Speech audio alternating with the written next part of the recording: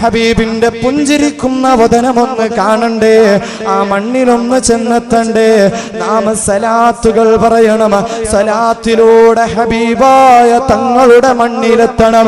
പ്രവാചക പൂങ്കവരുടെ പരിമളമാറുന്ന പരിശുദ്ധമായ അനന്തകോടി അനുരാഗത്തിന്റെ അശുർക്കിൽ വീണ് അനുഗ്രഹീതമായ മദീനത്തെ മണ്ണിലേക്ക് എന്റെയും നിങ്ങളുടെയും നാവിൻ തുമ്പിൽ നിന്ന് സ്വലാത്തിന്റെ ഈരടികൾ ഒഴുകണം.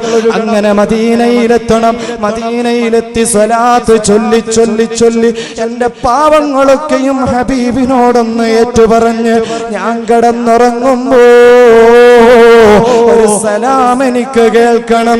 ഇതുവരെ കേൾക്കാത്ത ശബ്ദത്തിന്റെ മാധുര്യം, ഇതുവരെ അനുഭവിക്കാത്ത ഒരു സൗന്ദര്യം എന്റെ കണ്ണുകൊണ്ടെന്ന് എനിക്ക് കാണണം. അതെന്റെ ഹബീബ് റസൂലുള്ളയാകണമെന്ന്